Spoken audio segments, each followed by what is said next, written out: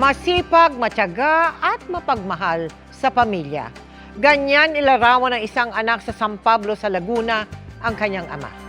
Pero umaapila siya ngayon ng tulong dahil ang kanilang haligi ng tahanan humaharap ngayon sa matinding pagsubok dahil na stroke. Sa loob ng 2 dekada, iginugol ni Eric ang oras sa pagtatrabaho sa farm. Mapagtapos lang sa pag-aaral ang nag-iisang anak na si Jemarie. Batid ni Jemarie ang sakripisyo ng ama.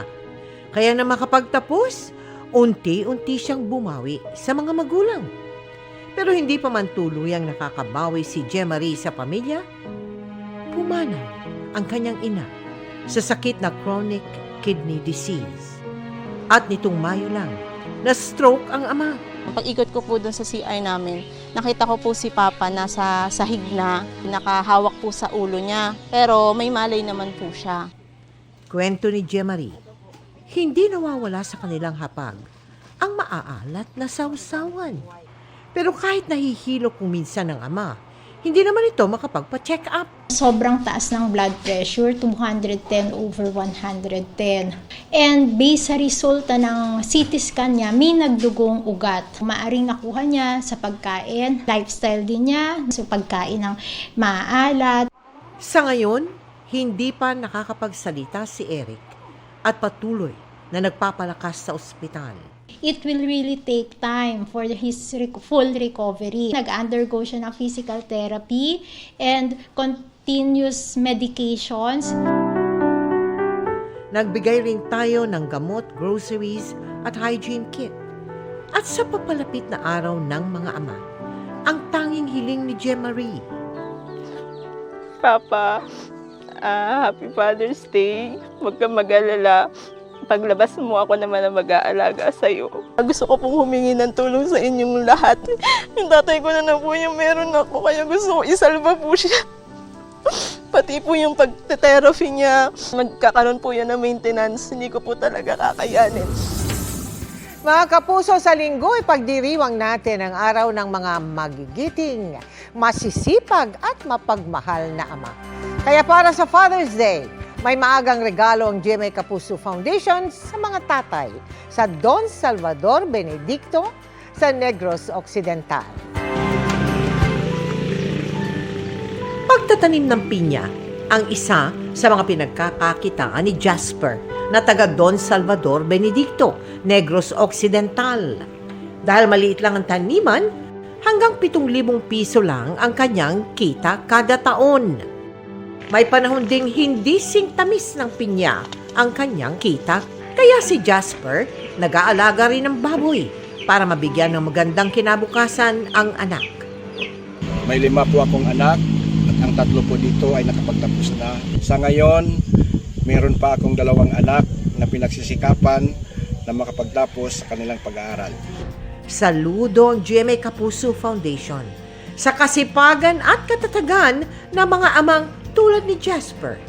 Kaya ngayong darating na Father's Day at bilang pakikiisa rin sa Prostate Cancer Awareness Month, nagsagawa tayo ng libreng prostate-specific antigen test, urinalysis at consultation sa 100 kalalakihan sa Don Salvador Benedicto. Katuwang din natin dyan ang The Doctors Hospital Incorporated. Males 40 years old and above should have their prostate screened for early detection so that the survival of prostate cancer patients are improved. This screening should be done yearly. Nagbigay din tayo ng pagkain at hygiene kits. Nagpapasalamat po ako sa GMA Kapuso Foundation sa programa ng Prostate Cancer Awareness. Dahil dito, kaming mga tatay nakapagpa-check up ng libre. Sa maghapong pagpadyak ng trolley sa Riles, binubuhay ng ilang ama sa Los Baños sa Laguna ang kanilang mga pamilya. Kaya ngayong papalapit na Father's Day at bilang pakikiisa sa Prostate Cancer Awareness Month ngayong Hunyo, hinatiran sila ng GMA Kapuso Foundation ng maagang regalo.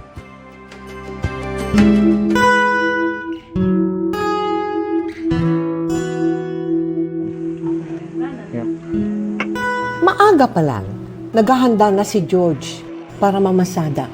Hindi sa kalsada, kundi sa mga rilis ng tren sa Sitio Pag-asa, Barangay San Antonio, Los Baños, sa Laguna.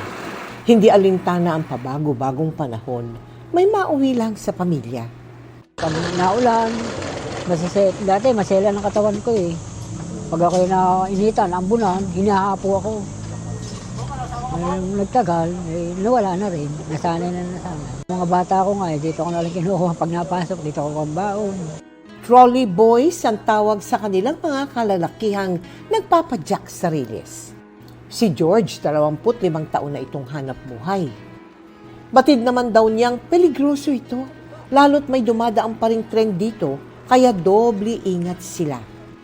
Kaya ngayong Father's Day, regalo ng GMA Kapuso Foundation ang libreng prostate-specific antigen test, urinalysis at medical consultation para sa mahigit 100 amang nagtotrolley sa lugar.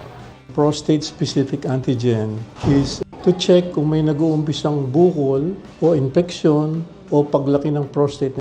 The earlier you get a prostate cancer o mahuli mo, mas nakaka-intervene ka. May psychosocial at mental health talk din kung saan tinalakay ang hamon at karanasan ng mga ama. Alam mo naman, pag lalaki, minsan pinalalaki na parang hindi ka dapat nagpapakita ng nararamdaman, nalulungkot, naiiyak. Pero dito, dahil napapag-usapan, nakita nila na, okay lang pala yon. At mas maganda pa yon kaysa yung dinidibdib or tinatago. Binigyan din natin sila ng hygiene kits, pagkain at mga damit. Sa mga haligi ng tahanan, saludo kami sa inyong hindi matatawarang sipag at sakripisyo. At sa mga nais namang makiisa sa aming mga proyekto, maaari po kayong magdeposito sa aming mga bank account o magpadala sa Cebuana Luwilier. Pwede ring online via GCash, Shopee, Lazada at Globe Rewards.